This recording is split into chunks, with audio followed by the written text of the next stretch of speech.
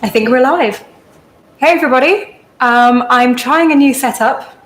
So if you can't hear me or this looks ridiculous, please let me know. I'm kind of winging it, and I think I'm just going to jump straight into this. Yesterday I kind of had the camera set up over my shoulder. Then I realized I could do both the webcam and the screen capture. So we're going to see how that goes. If anyone could just let me know if they can hear me or not, that would be really good. So I've been working on this yesterday. Anyone who tuned in would have seen me working on it. It's a really line art heavy piece. And I think I'm just going to jump right into it. So actually, I'm going to move some stuff around first, and then I'll jump right into it. Hope you're all doing well.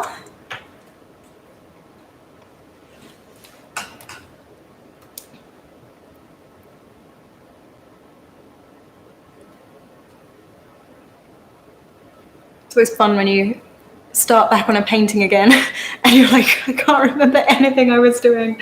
What brushes were I using? I have no idea. I've been working my way around the background and kind of adding in detail into the back and kind of working forward. I'm honestly kind of putting off doing the foreground a little bit because it's a little bit intimidating to get all the detail looking really great. We'll get to that.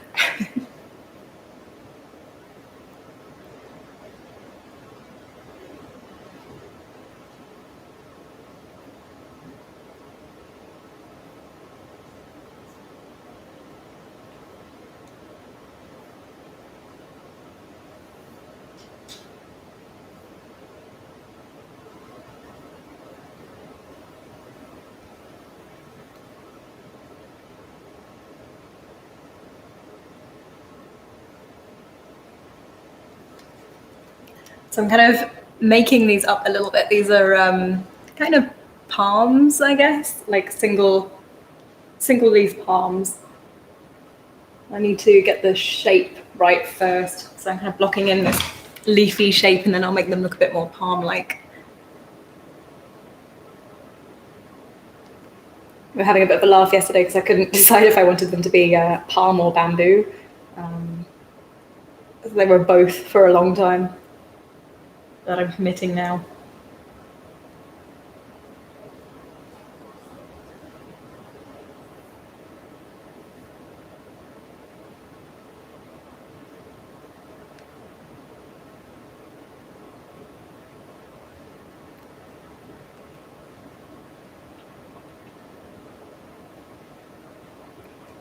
Hey guys, good to see you. Ooh, doorbell. Does it make you guys jump too? It always makes me jump when the doorbell goes.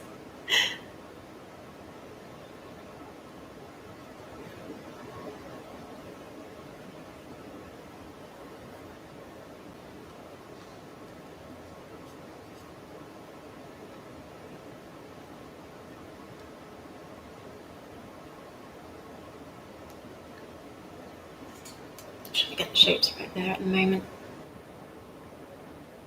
I might turn my value sketch off so I can see a little bit better what I'm doing underneath there.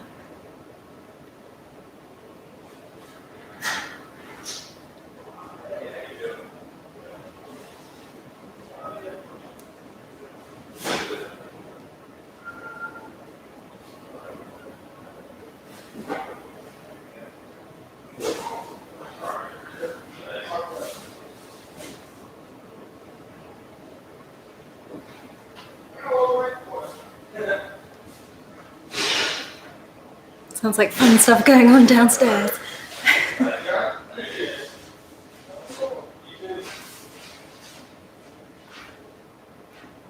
You like that shape? I'm gonna redo that leaf. I'm not feeling it.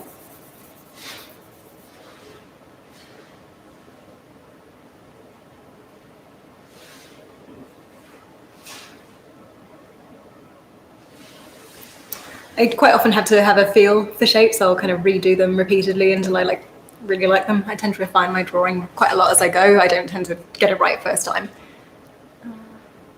Thanks, guys.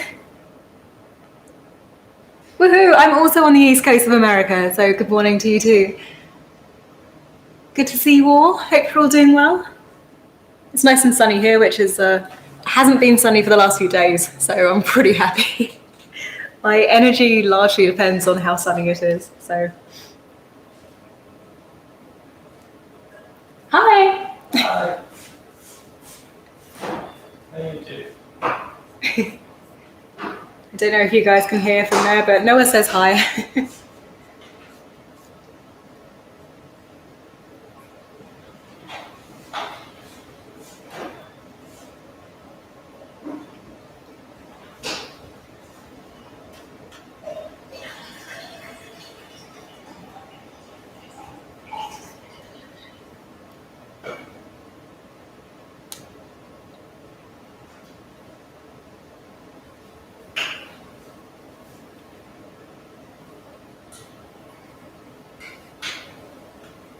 That leaf is bothering me.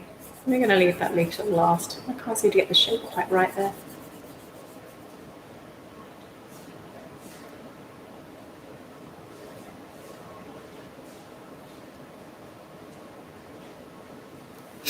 Since these guys are fairly in the background there, so the temptation is to dive in and do a lot of detail, but they kind of only need to be fairly gestural. So yeah, I can never quite get used to this like crazy twisting action. I don't really want it to be on the walk. Put it back. No, put it back.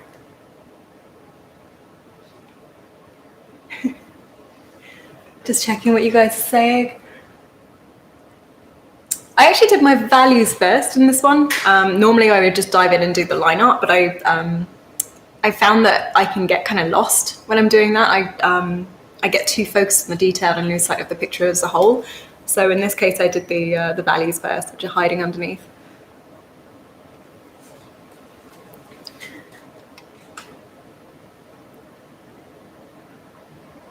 I'm thinking I might do some Twitch streaming. At the moment, I mean, we have such a big audience on YouTube, and we'd be starting from scratch on Twitch. So it's kind of just tempting to stay here. But I think that we will kind of look into it. There's such a cool audience over there. So certainly something we will consider.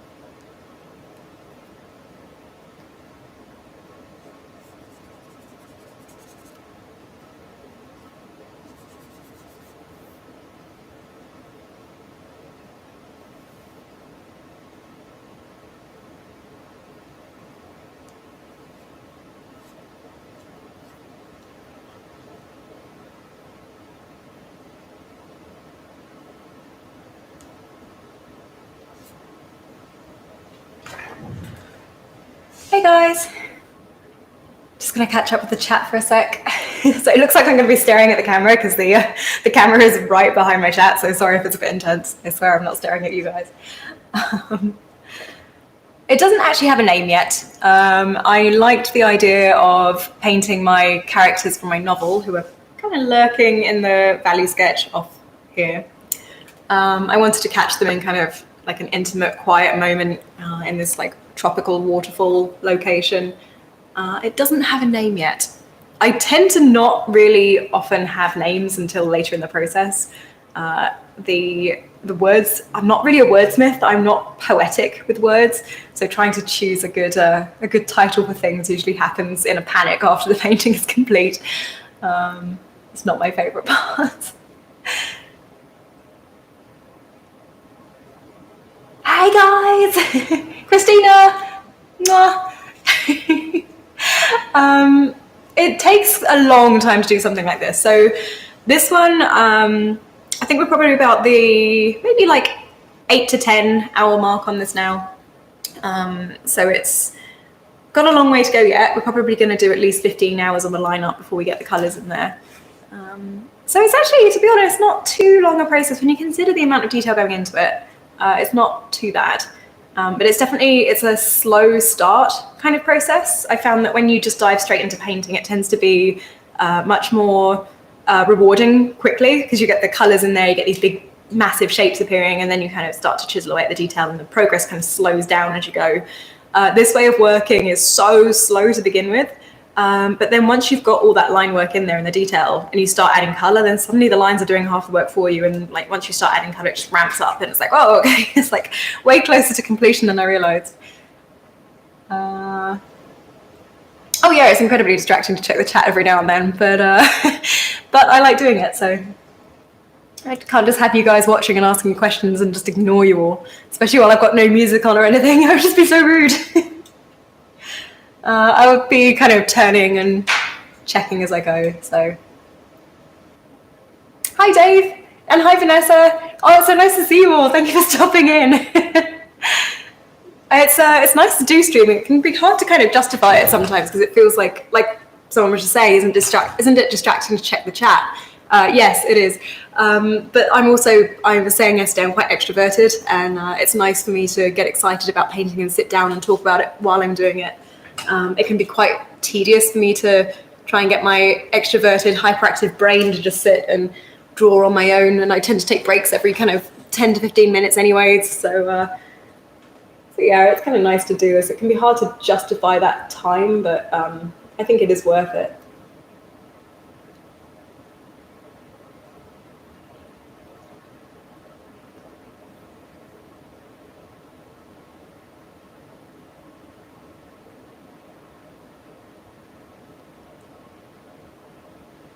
So I'm just kind of blocking in the shapes up here. I've been putting off this area because it's kind of pushed into the background here, so I don't want it to have very much detail, but at the same time I can't neglect it because everything else in the painting has a lot of detail.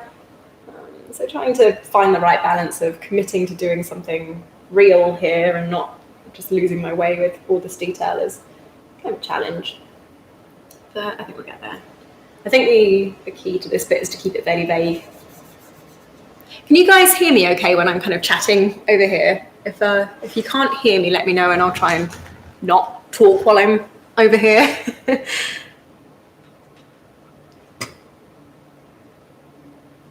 Ooh, I've just realised that my chat's kind of hidden behind over here, that's why I'm ducking suddenly.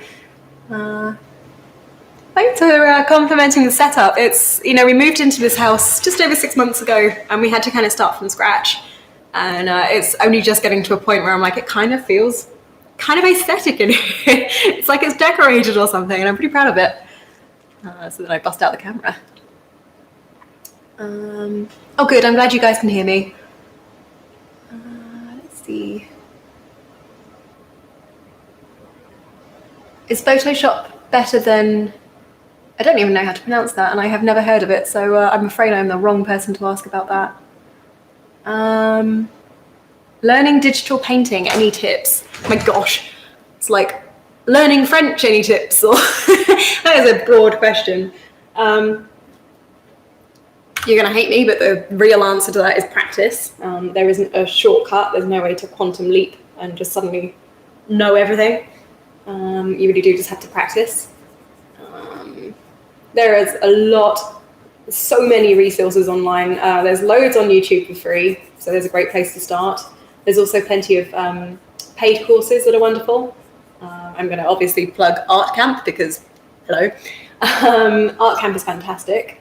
There are other great ones as well, like there's Oatley Academy, there's Schoolism, there's Gnomon workshops. There's tons of stuff that you can be doing to pick up skills and tips and stuff like that. But you just have to be patient, and this stuff takes years. It's not something you can just pick up in like a month. So just keep at it. Don't be disheartened if it feels slow. I feel like I'm behind and it's slow, so we all feel that way. So don't feel like there's anything wrong or like it's not working or anything like that. Just got to keep going. It takes all of this years to figure it out, so don't be disheartened.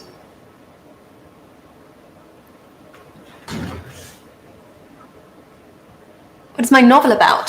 It's a fantasy novel. It's kind of light fantasy, so we're not talking kind of epic battles and anything like that. But it's got magic in it. So it is a fantasy setting. It's kind of a tropical fantasy, which is pretty pretty out there, but it's kind of a focus on how our perspective can affect what we think of someone's like morality. So good versus evil, but less in a fantasy tends to be very much there's an evil warlord emperor dude who wants to do something evil, and then there's the protagonists and the heroes who want to save the world. And I find that has been kind of done a lot. And in the real world, like, there is certainly evil, but most of what we deal with is kind of subjective evil. It's quite often people doing the things that they think are right and then kind of inflicting evil upon others in the process. So to one person, someone might be a hero, and to another, a villain. And I find it interesting that we quite often don't see ourselves that way, that we always think of ourselves as the protagonist, as doing the best we can, as being the hero. And then it kind of shocks us when we bump into someone who doesn't agree with us, who argues that we're doing something wrong or that we're evil. I find that fascinating. And so my story is kind of an exploration of good and evil from that stance, and how to deal with being made into the villain. All right, catching up on chat. I'm glad you're enjoying the live streams. That's wonderful to hear. Oh, you weren't expecting my accent? I hear this a lot. I feel like I come across. Oh gosh, I sound like Sean Connery. Across British, but yeah, no. People often seem to be confused and surprised that I'm English. I've only been in America for a couple of years, and so far have clung on to the accent. I've not lost it yet. We see. I started saying American words, but I'm still saying them in an English accent. So.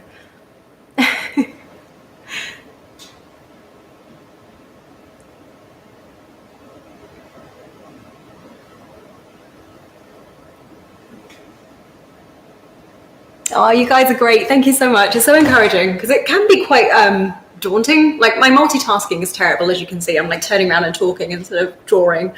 I'm also really self-conscious about people watching me draw. I'm like, my brain goes to noodles, and I'm like, I'm just not one of those people that can do something like that. It's like, there's a specific skill set.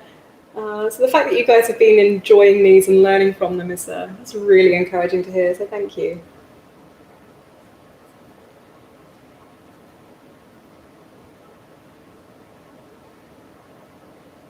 I need to break up these shapes a little bit because they're getting a bit samey.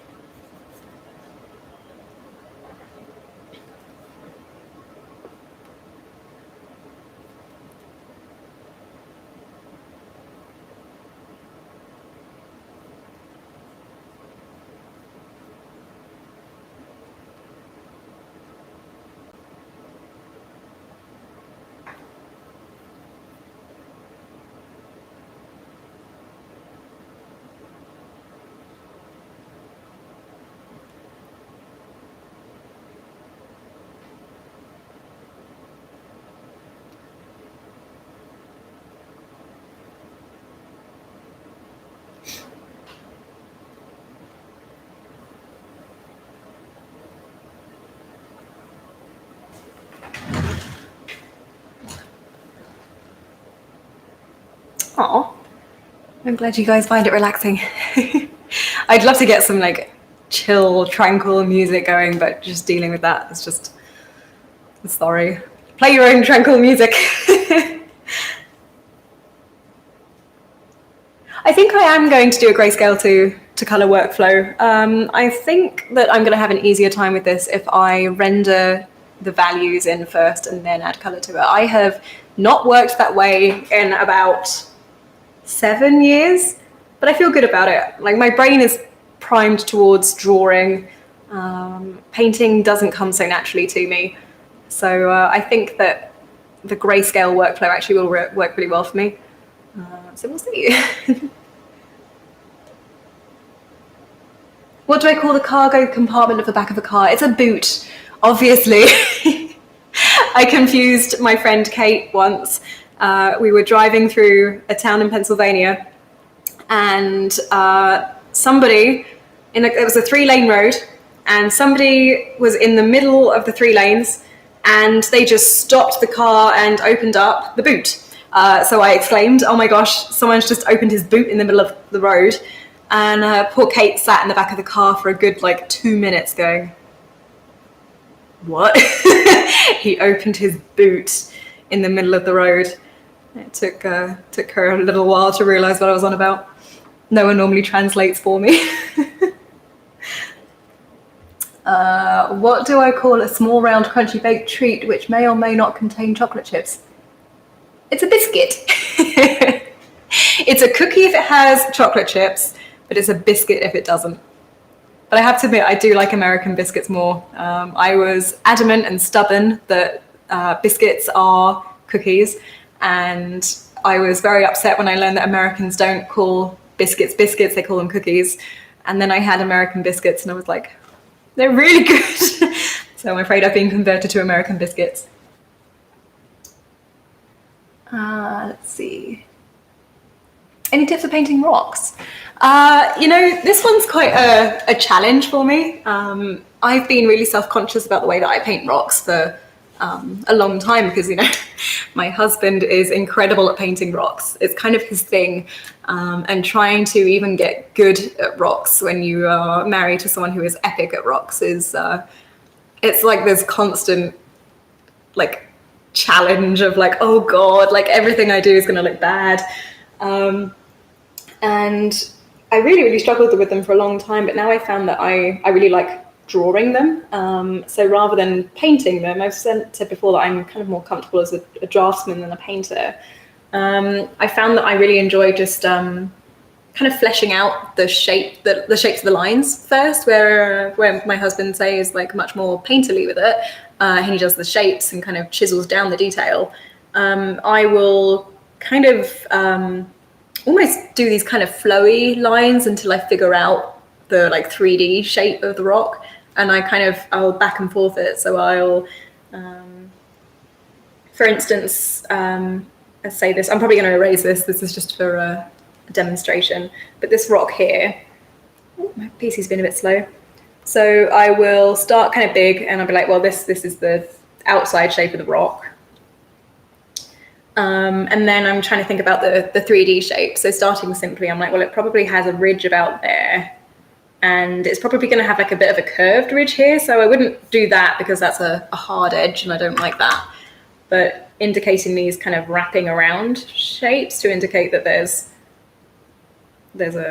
it's a curved transition there. So these aren't my final lines yet, but this is where I'll start kind of feeling my way around the shape of it. So I'll start to selectively erase some of that because I don't want all of that there. It's just kind of a sketch. I'll start getting more decisive with it. I'll be like, okay, so we're going to have a lump missing there maybe, and then I kind of start to build it up like that with these kind of flowy lines indicating, and that's over time as I do that, as I kind of chisel away at it, we get more rock shape. You can see where that kind of builds up over time, these flowy lines chiseling back and forth between them. It's not a way that I've seen anyone else do it. It's probably because my brain's a bit weird, but it works really well for me. So yeah, if you struggle building up those shapes, I encourage you to kind of think about it in a 3D sense about whether edges are hard or soft, which planes are facing us and which are facing away. Think about the perspective, whether we're going to be looking up at the rock face or down on top of it, that sort of thing. They can be quite intimidating, but once you figure out a rhythm for them, it's kind of nice. It's like a repeating pattern that you can apply different things to.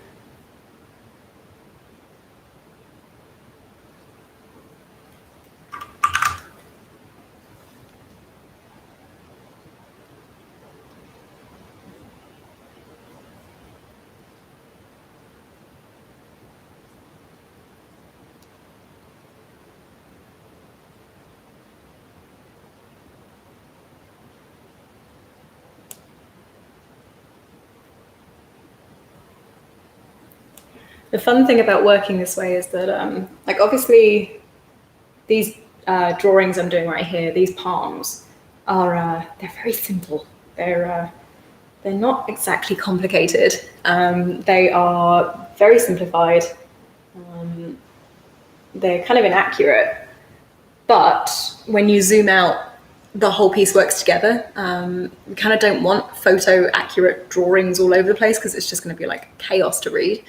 So we're kind of just giving an impression. And it's really nice, freeing way to work because I tend to think of lines as being very kind of unforgiving in a way that when you're painting, you can be kind of a little bit more implied. You can kind of brush away at something and be like, oh, it's foliage, and just like kind of scribbly and like, oh, yeah, okay. Whereas with lines, it's kind of on or off, and you're like, I have to draw each damn leaf. But you actually do have more control than that. For instance, this is kind of a good area to show it because I've got the rocks down here are very decisive, and like this is a hard line and this is where things are. You move back a little bit and you can see that up here, the foliage, it reads as foliage, but it's much more kind of scribbled.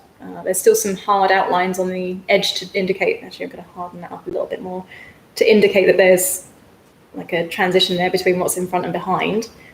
But overall it's quite scribbly and quite light. And then further back again up here, these are barely even complete lines. There's a lot of like really disjointed lines up here. But individually, those are kind of jarring to look at. If I zoom in here, well, my computer lets me zoom in here. If that were my entire painting, it would be like, what? What is she doing? It's horrible. But when you zoom out, it reads quite nicely. It's part of the whole. So we're not. I think with drawing, it's very easy to just hyper zoom in and see things in isolation and forget that it's part of a bigger whole. But you actually absolutely can kind of imply detail the same way that you do in a painting, just with lines. It doesn't have to be so binary as it can feel.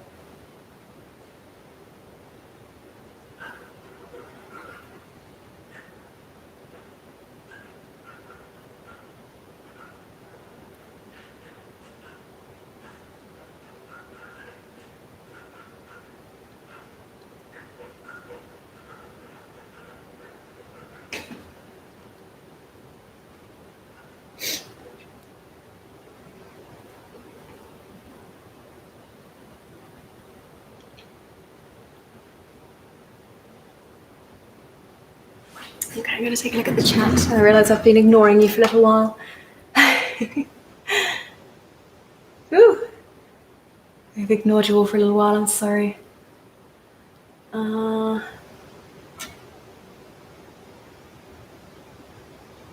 We actually do. Noah and I do collaborate sometimes. There's been a couple of pieces that we've done together. I can actually load up one. And it's... We have our kind of solo careers. We do paint separately for kind of most of what we do. But we're reaching a point now where there's a lot of things that we just want to collaborate on. So recently we did a token set together. And there was a bunch of times where we just kind of back and forth a painting. They were only quick, loose, fun paintings. So it made sense to just bounce them back and forth. And let's put this one up. This is a painting that Noah and I did together. So it's actually kind of fun because I think you can see the influence from both of us in this one. There you go. Oh, my webcam is kind of hiding his head a little bit. You can see it on here. So this is, I kind of primarily did the lines in this piece and Noah primarily did the painting. So I think I did most of the figure. I did the line work and kind of colored the figure and stuff. And then Noah very kindly helped me out with the environment, which is not my strength. And we kind of bounced it back and forth. He would do some rendering on the environment. I would take it and add some more lines to it. He'd take it and like we'd kind of bat it back and forth until we came with this. And it's kind of fun because it's recognizable as both of us while at the same time being a departure for both of us. So that was good fun. Let's put him away now. Let's see, what are you guys saying? Oh, it's good to see you all. Hey, robots.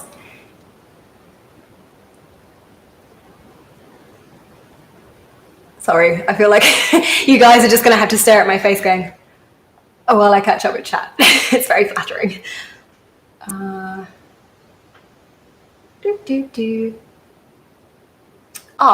Thank you for commenting on my awesome lamp. We're pretty proud of these. These were bargain. We saw them on Pottery Barn and we absolutely adored them. But Pottery Barn is just needlessly expensive in every way. So we went on Costco and found them for a fifth of the price. I kid you not, a fifth, and they were exactly the same. So proud of my lamps. Feel thrifty. I see a couple of you commenting on my Cintiq, which is my new baby. I've never had one of these before. This is about a month or two old now. And it's I have been asked this a lot of times. I can never remember what damn size it is. So I think, let me check what sizes they come in and I'll be able to confirm. It's a 32. So it's a 32-inch Cintiq Pro. I've always been really on the fence about getting big, expensive technology like this. It's not necessary to create art. Like I said, I bought it a month or two ago. It's not like I wasn't drawing before that, all my work. Like no one noticed online that, wow, okay, something's changed about your work. But this just makes me so happy. I've wanted one since I was about 14. I've used an Intuos for most of my life. And then I switched to a smaller tablet screen about 4 years ago now, I think. And this guy's my most recent upgrade. So.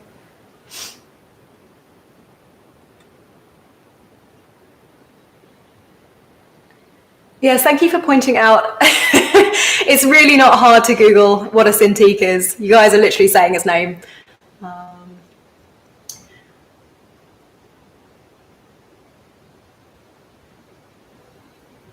Glad you guys are enjoying the stream. Yeah, I'm thinking I might do more of these. It's good fun. It's a nice way to get me to really look forward to drawing, because especially this kind of process, I absolutely love it. It's my comfort zone. But there's no getting around the fact that it's a really repetitive part of the process. It's very just like, I'm in here and I'm just like leaf, leaf, leaf, leaf. So it gives me kind of something to do to distract me while I'm doing it. It feels less like a chore. So yeah, I think I might try to string more. It's not the best way to focus on work. I'm certainly not focusing as hard as I normally would right now. I'm kind of chatting and stuff like that. But it's not a bad thing. It's something I really enjoy doing. It doesn't always have to be crazy hard output, you know. Being an artist is a lot more than just painting. And this is an important side of things too.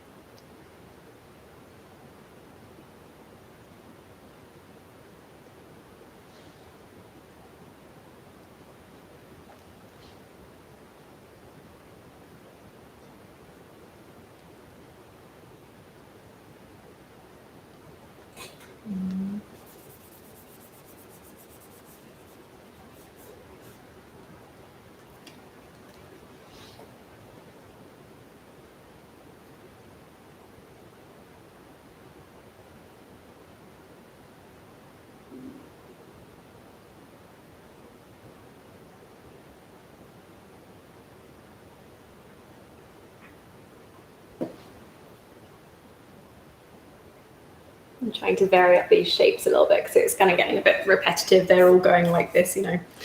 So I'm trying to find ways to break those shapes up a little bit and make them look a little bit more organic.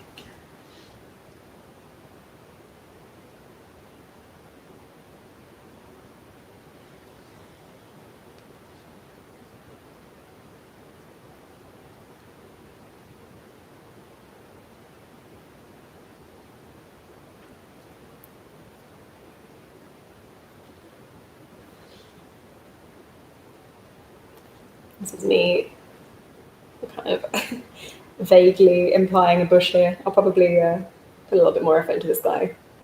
But I feel like this needs to break up. We can't have this whole back section being all just the same plant is going to look really, really samey and boring, and it's going to stand out compared to the detail in the rest of the piece. So we're going to break it up and put a couple of different plants in front here. I feel like a piece like this is all about the overlaps. We need all that kind of chaotic, fun, overlapping stuff going on to read as a really like lush, fertile jungle.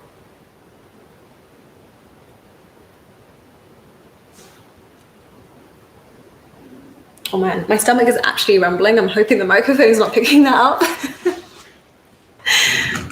If you hear strange grumbly noises, it's my belly. Let's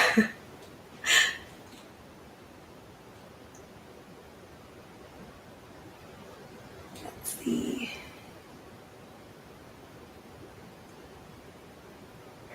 Oh, sorry to hear that this one gave you backache.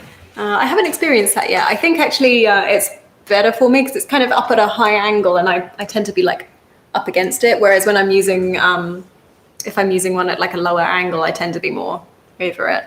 I do like using the Intuos. I used it for, must have been honestly about 10 years, and I loved it.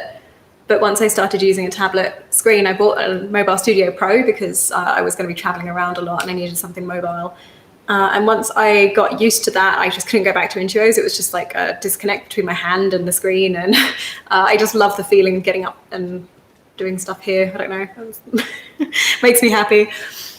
It's not for everybody for sure. I've had a lot of people who just can't get on with them, and that's completely fine. It makes sense.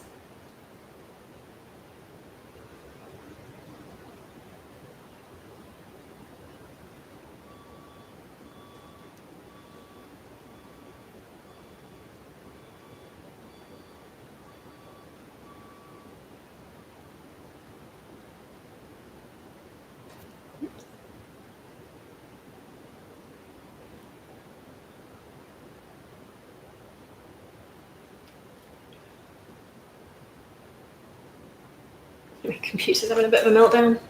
Won't undo. In 2 secs. I'll check chat while I'm waiting for it to undo.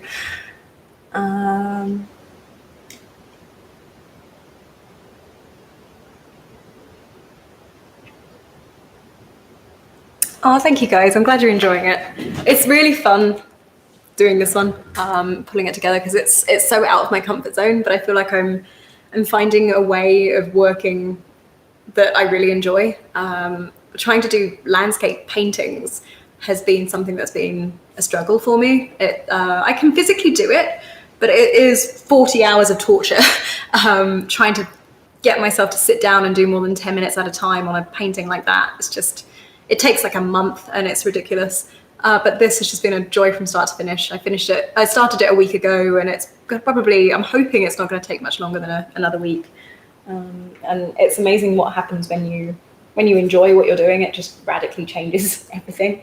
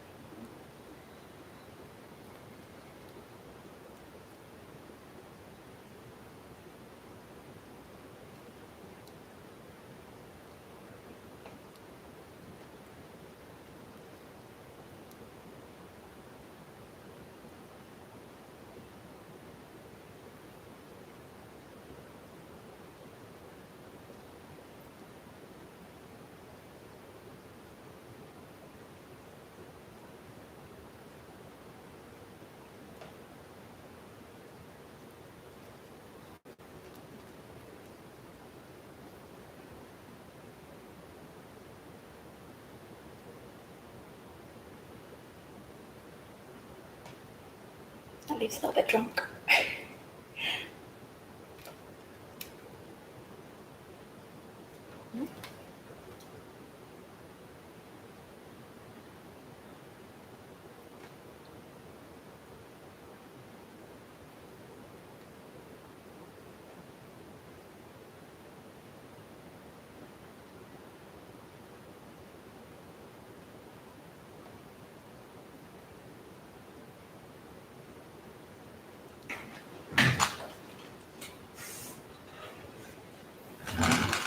All right, popping in again.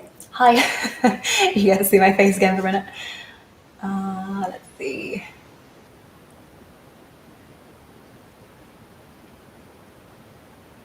Oh, that's really nice to hear, robots. Thank you.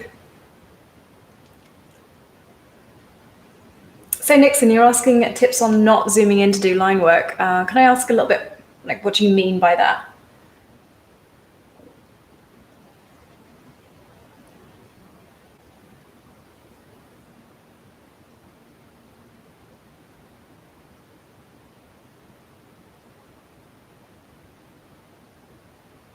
So I see you guys talking about the iPad. I use an iPad as well, actually. I haven't done in this piece, but I've been finding that I really enjoy sketching on it first.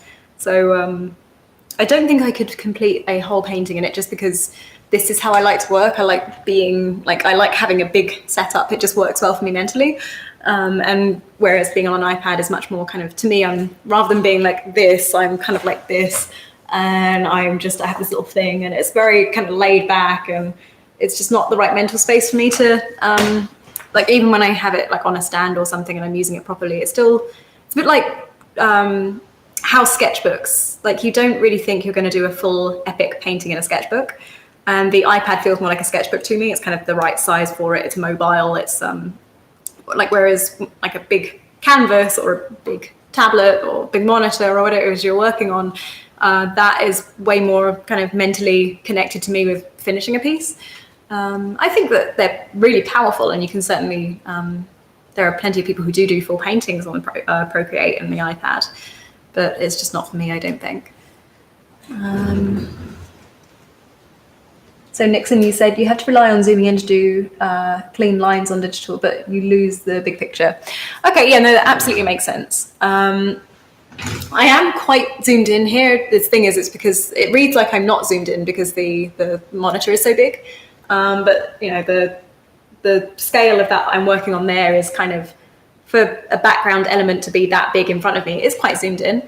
Mostly it's this value sketch that's keeping me from losing sight of the big picture.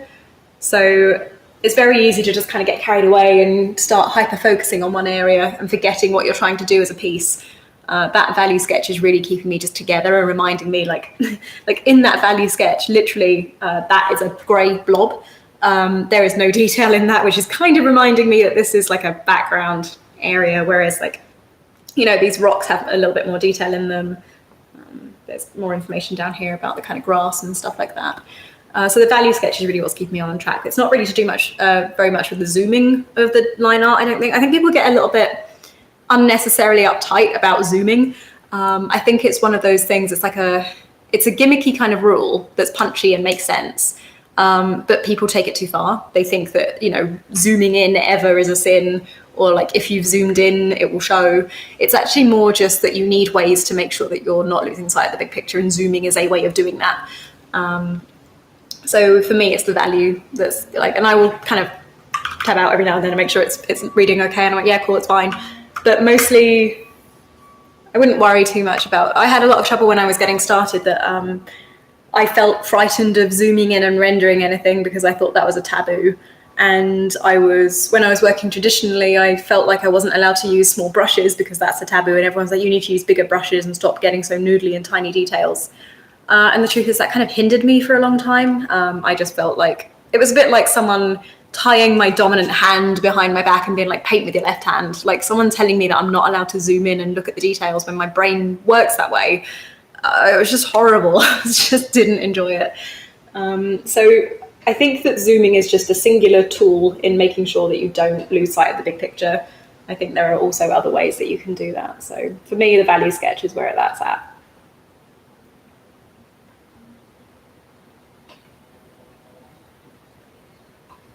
There are a lot of gimmicky rules in digital art. There's a lot of things, throwbacks to kind of, I guess, about 10 years ago when this was kind of new and interesting, and people were like, I have no idea what this is, and social media was blossoming, and people would get famous by tweeting snippy little comments of like, you know, this is some punchy advice that I can fit into a short tweet. And they got taken to be kind of gospel. And I don't think that there's very little in art which is absolutely black and white. There are usually multiple ways of doing things, and if someone's telling you there's only one way of doing something, that's usually a red flag.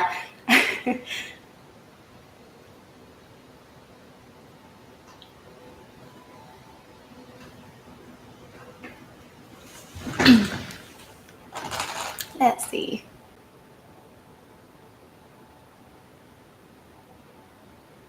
We look like we have an idiot in chat. Let's get rid of him.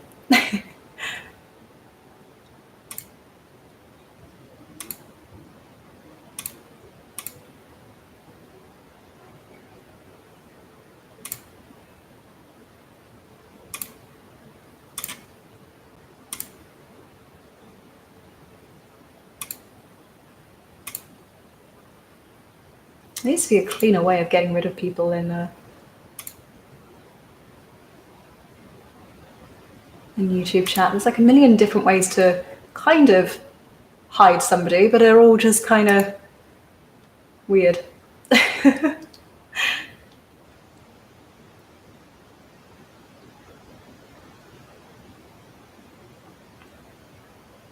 Thanks, Nixon. It was nice to have you.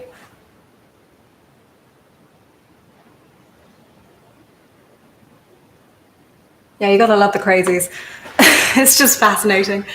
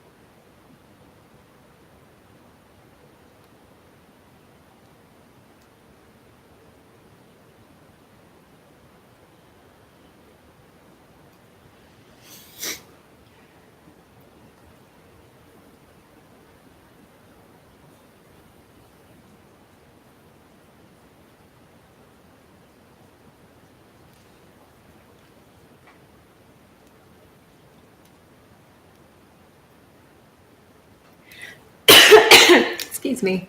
I've had a cold lately, so I'm a bit sniffly and coughy. How are you guys doing? Hey, new people.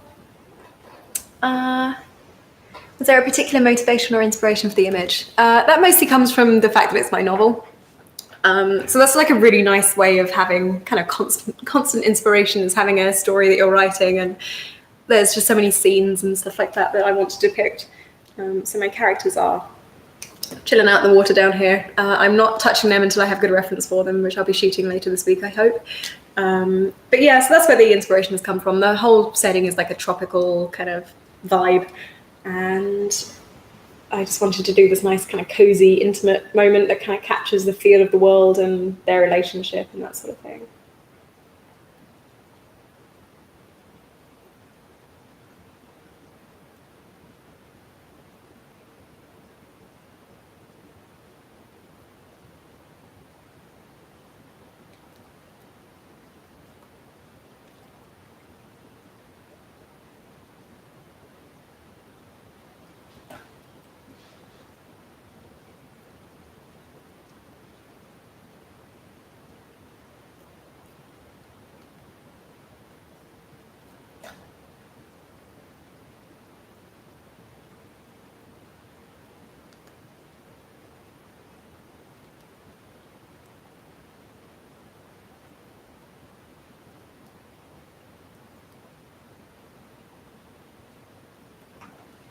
Just trying to get the shapes right there. Just trying to make sure that before I start hyper-focusing and drawing all these leaves there, that I actually want the leaves where they are.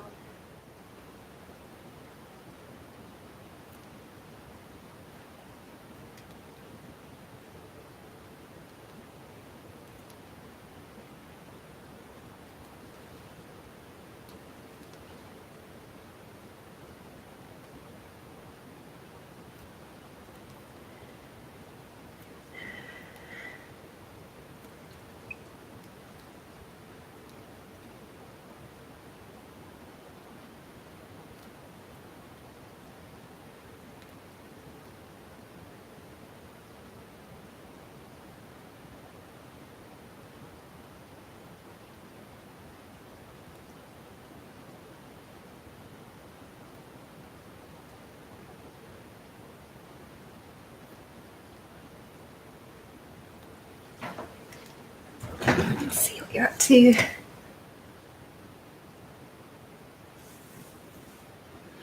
So checking the accuracy of the perspective, I literally, I have a perspective grid that's on a different layer. So I'll just be checking against that. I really don't have any kind of secrets there on that. You just have to kind of practice with it. It gets easier as you do it. It gets more instinctive. You kind of don't have to like think your way through it quite as hard as when you first start doing it. But yeah, that perspective grid is always there just to keep me on track with things. Oops, put that back. Let's see.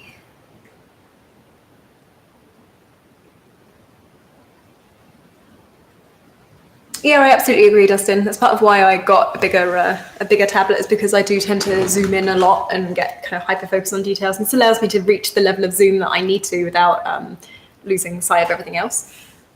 Because my old tablet was kind of like this big.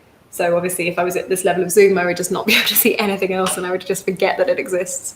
So this is really nice for that. And yeah, that rough to detailed workflow. So basically like what I'm doing here, I just kind of roughing in the approximate shape of where I want this kind of shrub to appear, and then I'll start going in and chiseling out the leaves. And so yeah, working from big shapes downwards.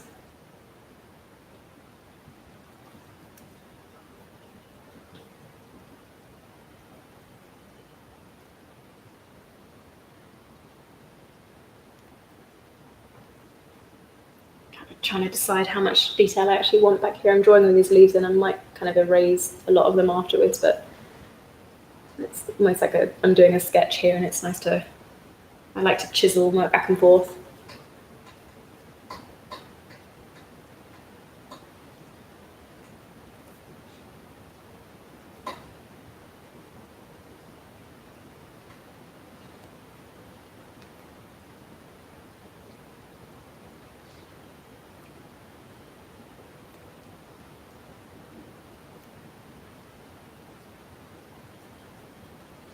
I'm just trying to create a little bit of texture back there more than anything. I don't really want to draw each literal leaf. I'm trying to imply the direction of foliage and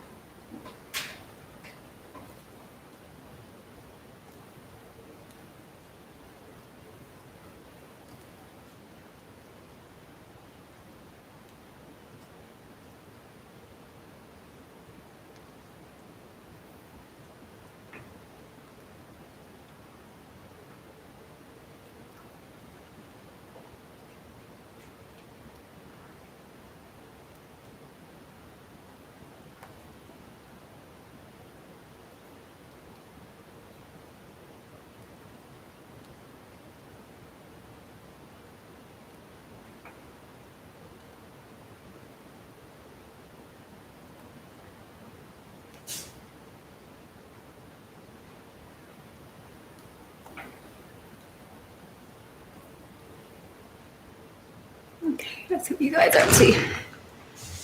Alrighty. Ooh, I've missed some stuff, sorry. Oh no, we missed so much stuff.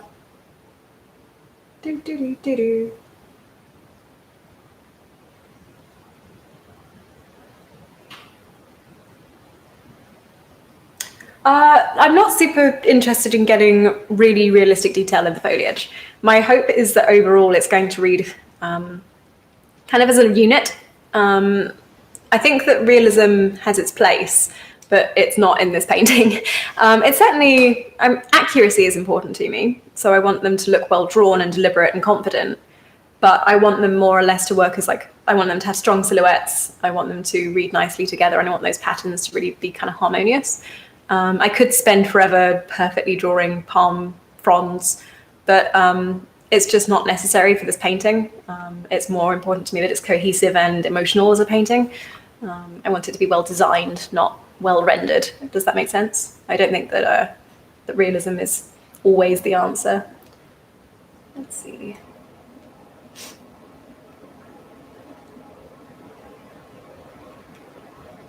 Oh, it's nice to hear, Robots, that you identify with the feeling of having like a really strong, positive role model in your life, and how that can be kind of challenging to keep up with. It's both a blessing and a curse in some ways. And I am so lucky to have a man like Noah in my life, and he has been the most positive like force in my work imaginable. I have leveled up so much faster because of him. But it's kind of rough on me mentally sometimes, because, you know, how do you keep up with something like that, especially with the amount of followers that he has, and trying to, you know, not look like I'm dawdling behind, not having people commenting on his, you know, newbie wife. So it can be rough, but it's also a blessing. So let's see. Oh man, what is all these weird bots coming in?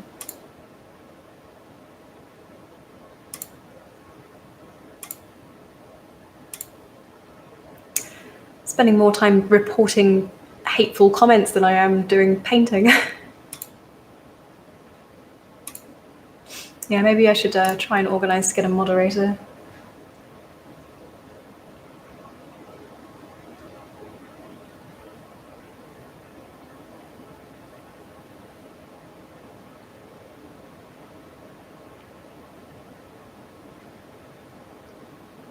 So Jack is asking, we have very distinctive styles when it comes to artwork. Do either of you ever approach a painting with the intention of trying to push the boundaries of your signature style? Yes, pretty much every painting we do, we're trying to push what we're doing. I actually made a post that I didn't post this morning.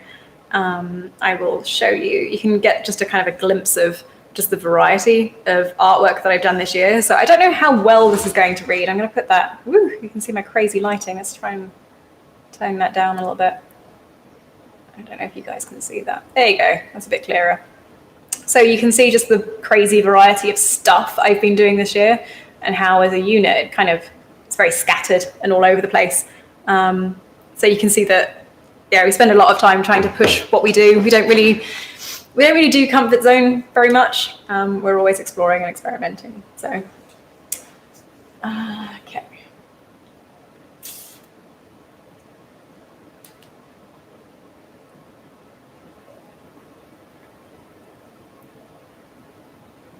Yeah, and I'm absolutely planning on keeping the drawing and the painting. I will be working underneath the line work. I might add more line work and remove some of the line work as I go, so kind of treat it like part of the painting in the same way that you would paint over brush strokes. I might do that a little bit. But no, I absolutely intend the lines that are going to show through in this piece.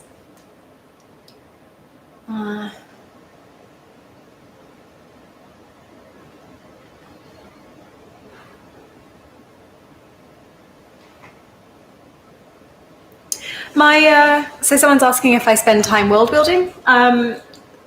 This novel is not super heavy on the world building.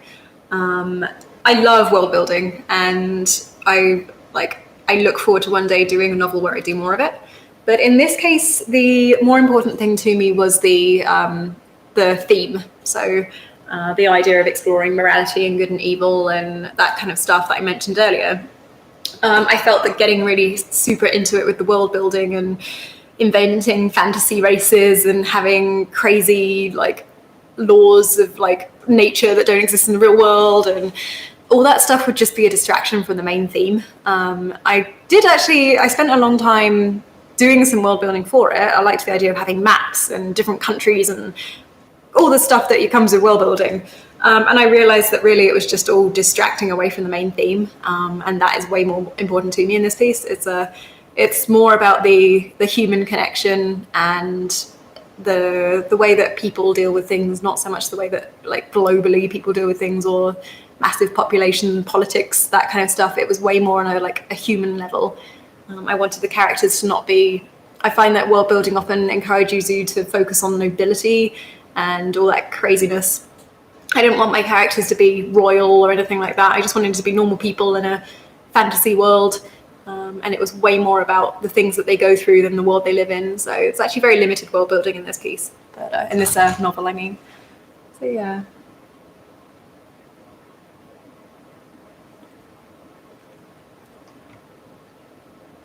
Oh, well then, Tatsu, you should tell your mum to come and stream.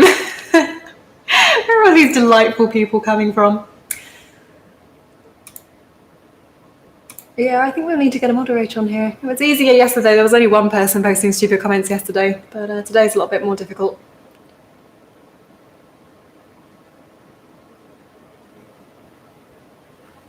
What do I do to get good lines using paint? Having trouble with brushes, resorted to markers.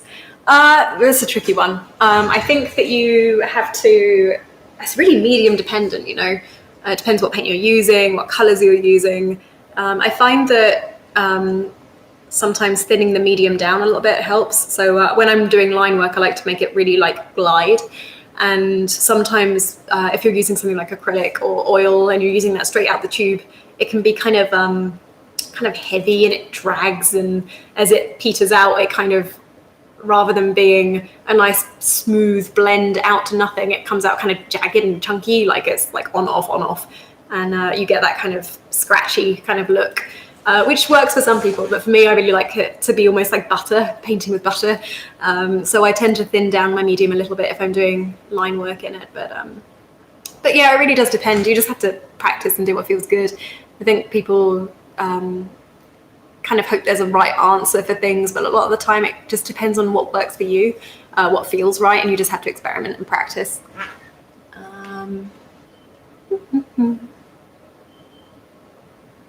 Oh, thanks, guys. You're awesome. We appreciate it. All right, back to working. Less chat, more work. That's not me. Always more chat. Forever chatting. Okay. So in this bush, I'm trying to use a combination of like heavier line work and then just more scattered, rough, loose line work to indicate overlaps. So particularly with this area here, I don't know if you guys can see my cursor very well, but with this area, I've done more like heavy line work around the bush here, just inside, to indicate there's kind of like a bit in front, like a roundedness to it, just to make it not feel like a flat, stuck down bush. It's got dimension to it. And it also gives a nice contrast with these other more like scratchy lines that aren't really doing very much.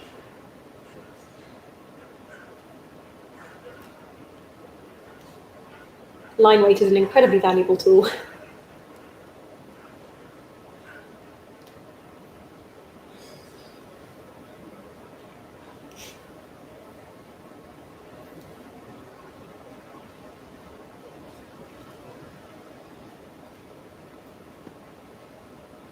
I really like to put these bolder outlines on elements that are in front of one another. It just really helps the brain to kind of read it as not being stuck together. We know then that the scratchy little lines are details and the outlines are outlines. So this, for instance, this vine passing in front of all this detail here, you're putting a nice chunkier outline on it. Try not to be too like crazy about it, but just a subtle pop away from what's going on behind it, just so you know it's not together. It can be challenging to achieve depth in line art. You know, so much of depth comes from, so much of depth comes from the color variation or the values changing, that kind of thing. So trying to achieve that in line can be quite difficult, but there's certainly ways of doing it.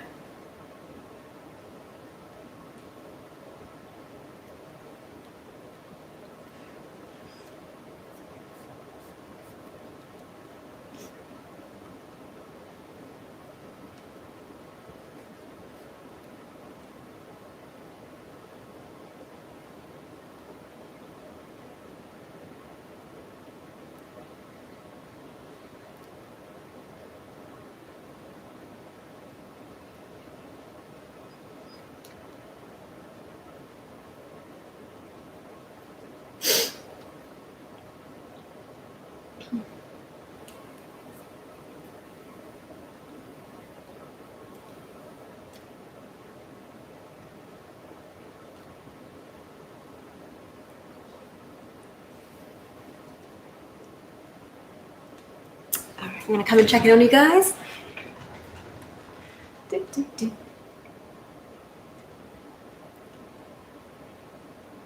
Oh, you guys are sweet. It's all good. I feel like it's, I'm getting better at dealing with strange internet people. It's one of those unfortunate things that it's like the more you roll the dice. And as anyone's audience grows, you tend to deal with an increased number of people who just shouldn't be seeing your stuff and feeling the need to interact with it. It's just one of those things. And honestly, I guess it's kind of a compliment that if these people think they're going to make an impact by posting weird comments on the chat stream, that means it's like it's a big influential chat. So I guess, you know, they're giving me an unintentional compliment. It really is just one of those things that being in this day and age, you just have to sadly get used to, which is kind of lame. It hurt much more at first, but now it's just like I said, a weird unintentional compliment.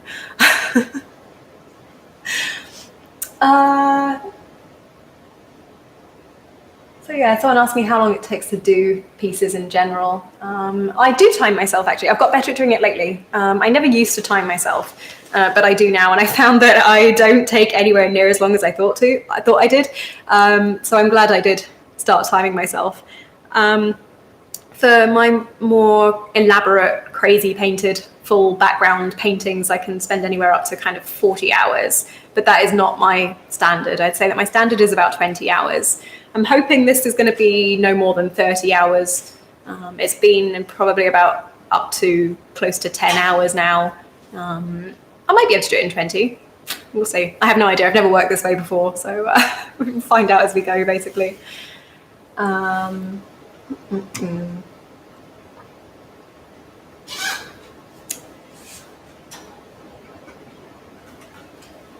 Oh, thank you, Christopher.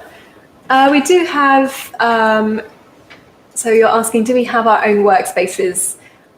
We share our studios, but we have our own kind of setup. So everything that you see here is kind of mirrored on that side too. So Noah's actually just arrived there and he's kind of hanging out of sight just over there. Oh, he's coming. We got a Noah cameo. Hi, babe. So he's just lurking over there. He has a mirror image setup of me. So we've got this kind of cool, kind of double L workspace. So you come in through the middle and I'm on the left and Noah's on the right. And then downstairs we have a kind of a wet studio where we do, because this is up in our, it's where the living room should be. We have a kitchen right there. This is where normal people would put their living rooms, but we're not normal people. So we're like, we need a like fancy office here. So we have like an open plan kitchen office. And downstairs we have where we do our paintings. We don't really want paints up in this space. So we have 2 easels downstairs and we share a painting studio too. But yeah, we share our workspace basically.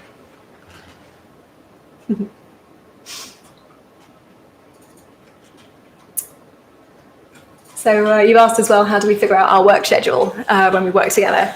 It's, we're pretty relaxed and liberal when it comes to our work schedule. We like to kind of hit minimum target hours, basically. We want to make sure that we're putting in the right amount of time.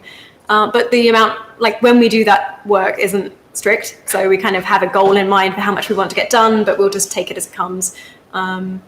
We kind of don't really, we're not super disciplined in the sense of like we will turn down an invitation to go see a friend because we had to do work that day or something. It's more like we'll do our work when we can fit it in. So we tend to work together. When we're both working, when we're working, we're both working, and when we're chilling, we're both chilling, usually. And it kind of keeps us accountable and working together.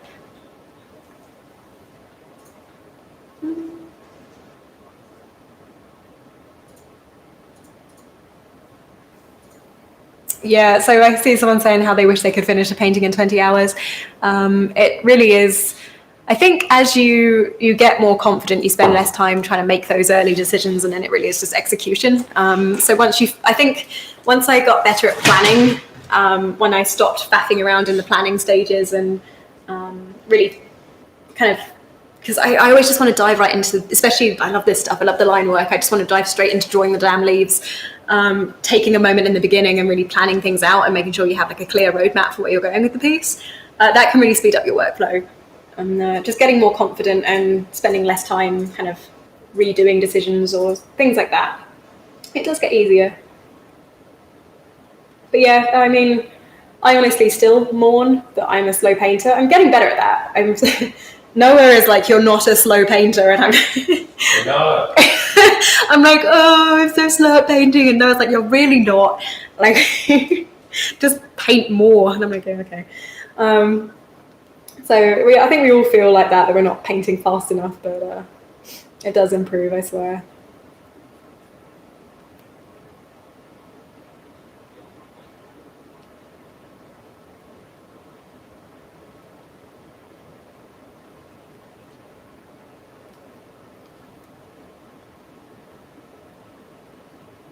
My computer's having a bit of a lag.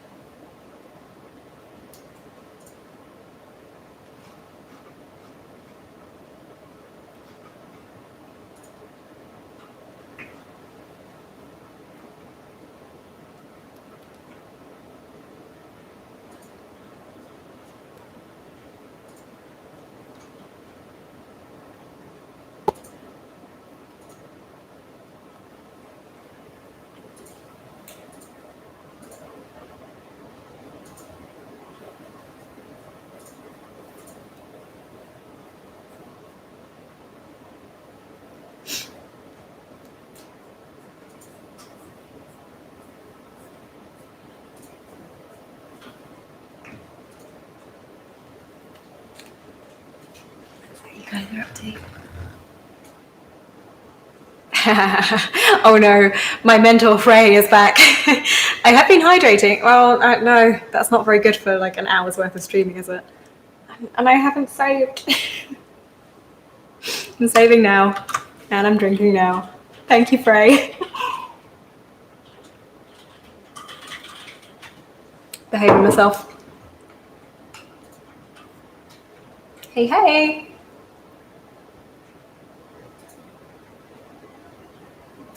Ooh, got someone asking candid questions. Are there any cons to being married to another artist? Do you ever give/receive too much feedback or argue over when to be productive, etc.? We don't really argue. All the time. It's like fighting constantly. We don't, I mean, we're both pretty laid back when it comes to stuff, to plans. We don't tend to get too uptight about sticking to schedules or plans or anything like that. We're quite adaptable. And yeah, well, I think we have I'm pretty tough with how healthy our relationship is. We don't fight over who wants what and who wants to be working, who wants to be relaxing. We tend to just compromise on, like, one of us will be like, oh, I want to go watch some TV now, I want to come. And then the other will be like, oh, I really need to do half an hour more work. So the other one will be like, okay, cool, I'll read for half an hour. And that's just kind of how it goes. I'd say the only drawback to being married to another artist is just that that feeling of it's such a personal, subjective kind of career. And at least for me, because Noah's so successful at it, it can be hard not to compare myself to him because he's been doing it for years longer than I have, and he's so established and successful. It can feel a lot like I'm trying to catch up and failing in comparison. That is, I think, the hardest aspect of being married to another artist. There's kind of you are just kind of weirdly, I mean, Noah tells me we're not. We're kind of weirdly in competition. We're not supposed to be, I know we're not, but he's like my primary comparison. We spend all of our time together and he's what I'm comparing myself to. So I can kind of be rough mentally, but I would say that's the only drawback. Otherwise, it's just fantastic. There's so much, what the hell is that? Oh God, who are these people? Oh no. Oh God.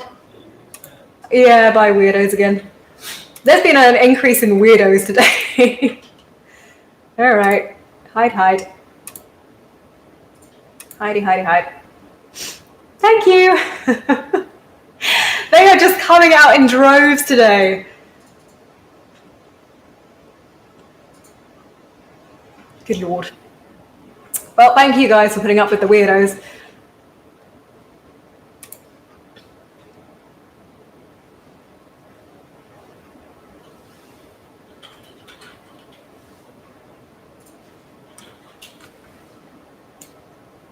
Yeah, seriously. Well, yesterday we did this. Well, let's see. We did some live streaming kind of at the beginning of the year and had 0 trolls. We streamed like 5 times and had 0 trolls in that time. So I hopped on yesterday and had 1 person being a troll, and I was like, whoa, okay, that was a bit intimidating. And today it's just been like just troll after troll. But yeah, what can you do? It doesn't bother me. I don't like you guys seeing it. This is like meant to be like someone said yesterday, it's like Bob Ross, and I'm like, this is a happy place. This is where we go to, talk art and life, and then there's weirdos hopping in, and I'm like, you're killing the vibe. Oh, I like that. Initiate troll slayer weirdo delete and block maneuver. I like it. I think a lot of it is bot accounts. It seems to be that they kind of appear at the same time and say the same thing repeatedly.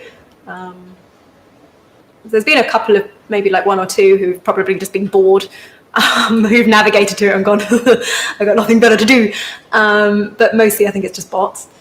So yeah, what you gonna do? Noah and I will look into getting a moderator and we'll try and figure that out. That seems like a good thing to do. I thought I could moderate it myself, but yeah, I don't really like the 2 minutes in which it takes me to turn around and see that stuff and it's just hanging around on our stream. It's not nice. So we'll need to get someone who's like trigger happy.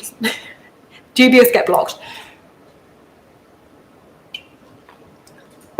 This is all pretty new territory for both of us, so we'll figure it out. Ooh, I like this question. What would you say you've learned from each other since being together? I think we might be here for the next 2 hours if I listed all the things I've learned from Noah. Obviously, he's taught me most of what I know about art.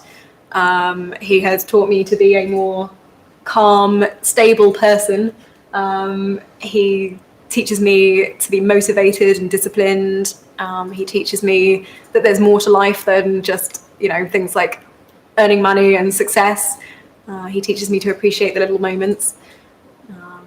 He taught me how to keep fit and lose weight. Like, Noah is my teacher in most things. He's a good guy. I don't know what I've taught him.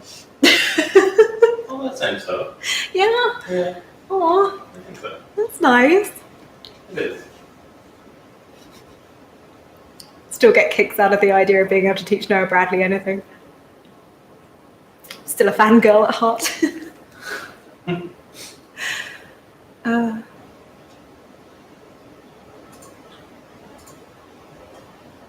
How's your drawing? Drawing's going well. So I've been working on this section today. I've been putting this off. So yeah, I've been committing to doing that, which was good because it just kind of pushed back there and not super tempting to work on, but I think it's coming together. I like it. Starting to read fairly well. I'll see some stuff I can do to improve it, but yeah, we're getting there. Nice. It's going well. Someone asking us if we're going to join the Magic the Gathering cosplay community. I really love the cosplayers. We get to hang out at a few events, and they put me in one of their cosplays once, and they have been trying to get me to cosplay again since. And I have so many things on my plate that I am really fickle, and I'm always like, yeah, I'm going to do it. And then 2 weeks before the event, I'm like, I can't do it. I would really, really love to. I would love to be a cosplayer. I'm hoping that when I get everything else kind of more steady and automatic, then I can start taking on new ventures. But I take on too much as it is, so not yet, but maybe. I don't think Noah has any interest in being a cosplayer. Is he dressing up as Jace? There you go. I could do it.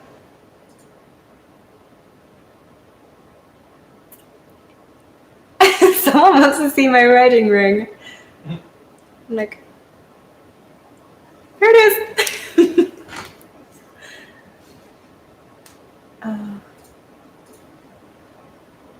He is a wonderful art guru. Oh, I like that. Team Bradley equals stronger together. That's sweet. Oh, thank you, James. Yeah, it was great fun dressing up as her. Alrighty, I think there's a couple of questions more aimed at you. Would you mind popping into chat? I'm kind of looking at chat instead of drawing, and it's getting a bit overwhelming. Trying to keep up. Thank you. Yeah, I'll type some stuff out. Thanks.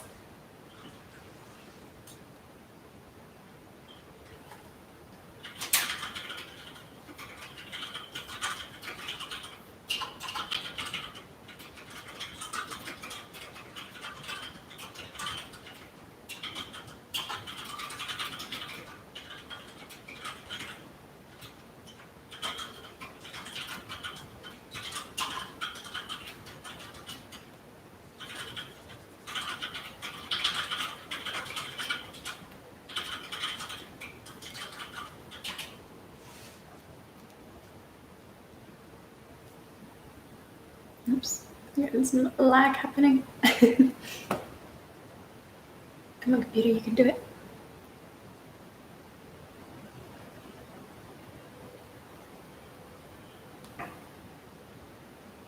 Oof, it's having a meltdown.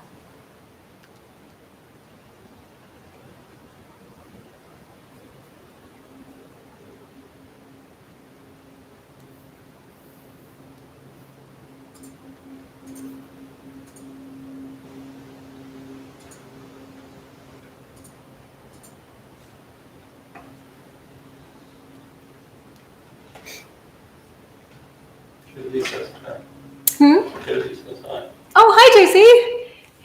How's it going? Thanks for coming by.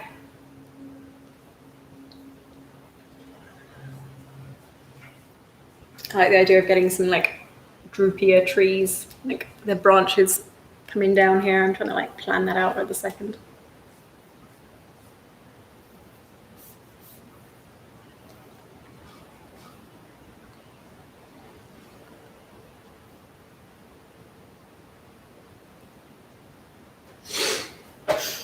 I might need to wrap this up fairly soon, guys. My computer's suddenly just groaning. It doesn't like me. There's no reason for it. It's a very good computer.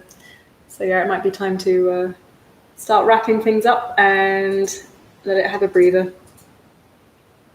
But it's been really good fun. I love streaming with you guys. You're all awesome.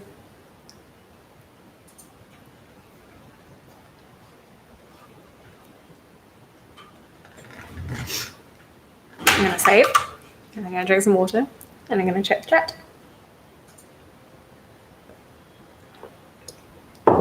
Alrighty, so it's been wonderful talking to you guys, and I really appreciate you all stopping in. It really helps me kind of sit down and get through this process, and I love chatting to you guys, and sorry if I didn't answer everybody's questions and stuff, but do what I can, and I think I'll do this more in the future.